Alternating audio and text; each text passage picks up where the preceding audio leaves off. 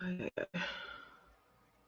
Dr. think we Joan? had a breaking transmission. We did have a break in transmission. I am going to bring it right back online. Ha, we So are I think we had online. a break in transmission. It's just the way of the world. It is. You But know, as I was saying, everybody's home watching Netflix, and so the streaming capacity of internet is just up and down all over the place today. But yes, continue. Thank you. I hope you can hear me because I'm I not can hearing hear you. you. So if you I can. can hear me, I'm fine. So Okay. there is an end though. I just wouldn't call it fixed. There is an end Mhm. point, but I Yeah. wouldn't call it being fixed.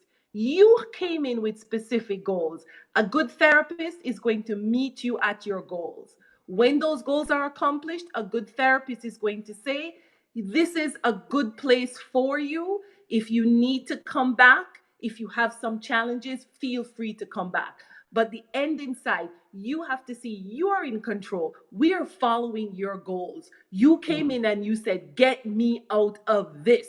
So Right. when we get you out of this, you may start to see that. Mm-hmm. And if you want to work on it, we'll work on it. But in Right. general, a good therapist says, you're in a good place. But if you need any help or you need a boost, you can always come back.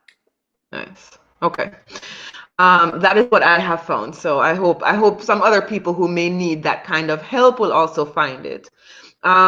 Let's talk about mental health in the time of coronavirus. Thank you, David, for welcoming us back. Very, very, very much appreciated. Um, in the time of coronavirus now, where there are jokes going around that husbands and wives are spending lots of time together, and it's not necessarily doing them any good, right?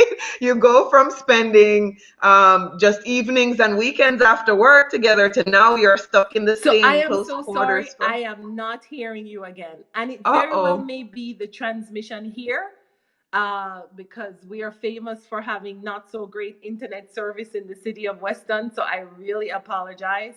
I am seeing you and not hearing the question. My apologies. Can you log out and log back in again? Please, let me put it in the chat. Please log out and log in again. All right, and hopefully she can see that. Can you shut off? I'm gonna shut you off and you come back in. Come back. Sign language I am now. trying to see if I can. I'm kicking you out and we're gonna try and get you back in. Dr. Joan is really giving us some stellar information, so I've just kicked her out. So hopefully she can come back in and hear. Hey, Patrick Kellerman. So all of you who want to give shout outs, you can go ahead and do that right now. If you have questions for Dr. Joan, please go ahead and put them in the comments. In the meantime, I'm just going to hail up everybody who is saying their hellos online. This is Gail Nell, I think is how you pronounce it. Hello, ladies from Maryland, US. Patrick Kellerman is saying, what's up, Jamaica? We're not actually in Jamaica. Don't tell anybody, Patrick. Um, but we are talking about some issues that will generally affect the Jamaican population. David, I'm going to ask you if you can just ping Dr. Joan, let her know that I do want her to come back in. I was just kicking her off so she could re-log in and hear what's going on again. So please go ahead and continue to give your shout outs. We're talking about mental health and we're just about to get into the conversation about mental health in the time of coronavirus because a whole heap of funu. I'm on Jamaicans.com, so I will speak a little bit of Jamaican right now. A whole heap of funu lock up inside of the house with your people who are typically loved ones, and you probably ain't loving them so much because Dr. Joan is back on. Dr. Joan, I'm going to ask you to center yourself in the camera again. Thank you so very much. And I'm bringing you back into the stream because you kind of get cut off if you're not centered. You're still a little bit off to one side. If you can just position yourself so you're in the middle, right? So everybody can see your lovely face. All right. So here we are again in the time of coronavirus when people's families are in very close quarters and stress may be rising. People are unsure of where their next paycheck is going to come from. They are stuck at home with their children, can't send the children to school. What are the stresses that you are hearing from the people you are talking to right now? So actually, I'm getting a lot of ideas of how to overcome stress, right? My own and others. I pay my bills, right? Or if I'm lucky to have a job, how do I work at home and take care of my children? That's for real. All of us need some kind of structure. Going to work, going to an office, provided structure. Make structure in your home. Wake up, get dressed, start your day like you used to. You can be a little bit later for the children, but it's best to have a structure. Meaning, have breakfast. If you're going to work, start a quiet activity for the children. Set up activities for the children. Have a break. Have a meal in the middle of the day.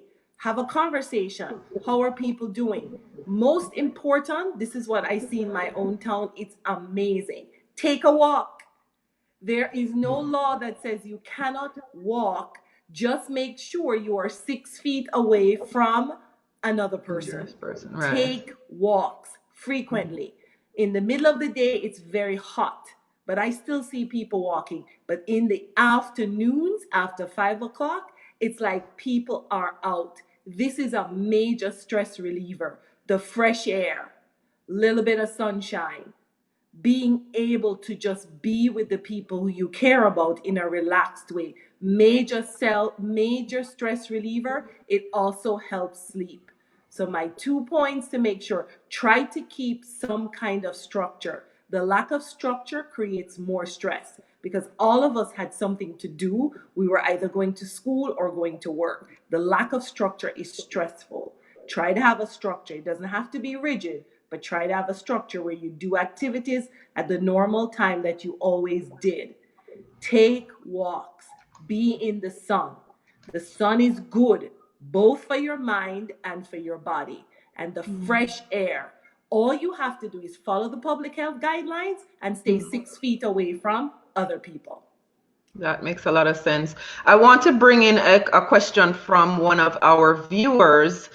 K Moms says, I am a healthcare provider and need to hear from a professional who can really tell us how to cope with anxiety. So you're talking about the regular, John Public, the rest of us who just have regular issues. These are healthcare providers. They're on the front lines of everything. They may be exposed to the coronavirus daily. They are constantly in fear. They may have to actually quarantine themselves from their own families because they are now in an environment where they are potentially exposed to it on a daily basis, and then coming home to deal with children or spouses or parents, older people who they may be transmitting this virus to.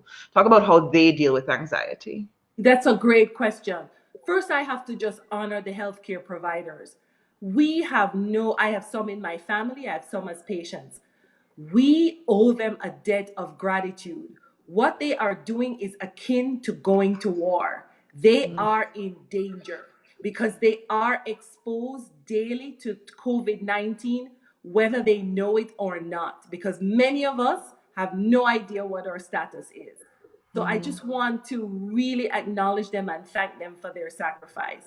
The Right. first thing you need to do is be as careful or more careful as the rest of us, right? So you have to keep up your own regimen that you know as a healthcare provider. Not everybody does that. Sometimes we care more for others and we don't take care of ourselves. So you have to wash your hands all the time. When you come home, dump those clothes outside. Make sure you wash them. Oh. Take them away from your family. Don't touch your family. No hugging, kissing till you get rid of all of those clothes. But the real anxiety is that our society, our government is not supporting healthcare workers. You don't have the equipment that you need, and that raises anxiety. So the first thing you want to do is take control over what you can control. You can control your own body. You may not be able to control hospital policy. You may not be able to control the federal government, but take control of what you can control. If you're not feeling well, don't let anybody browbeat you into working. Stay home. This is still, despite your dedication, your first obligation is to yourself and to your family. Also acknowledge that you have unknowns. It's unknown if you might have COVID-19. The good news is, and you know this better than most people, is even if you do, it's highly likely that you will recover. Make sure you report it to your superior. And regardless of what pushback you get, Remember, you are in control of you. You must protect you. Regardless of what your supervisor is saying, if you're not feeling well, you've got to take care of yourself. Go home, self quarantine, take care of you. Taking care of ourselves is an act of love. Don't let anyone take that power away from you. Yes, you actually shared that with me a little while ago. So we've run over the time that you promised me that you're gonna give me, and I'll take it. So I'm gonna ask you. Thank you. I think with all the technical difficulties, you need to get one of those techie geeks on now. Boy, we need to get some better internet connection in here, although we have the good, supposedly the good broadband. However, I'm going to ask you one more question before we go. It's almost 8:30 and we want to wrap it up. And this is a tough question. This is a very tough question. I'm dreading thinking about it at all. There are older people who are very, very resistant to quarantining themselves. They don't want to be alone. They don't want to be locked up in the house. They are ferociously fighting for their independence, and they want to go and socialize with people and what have you. However, if America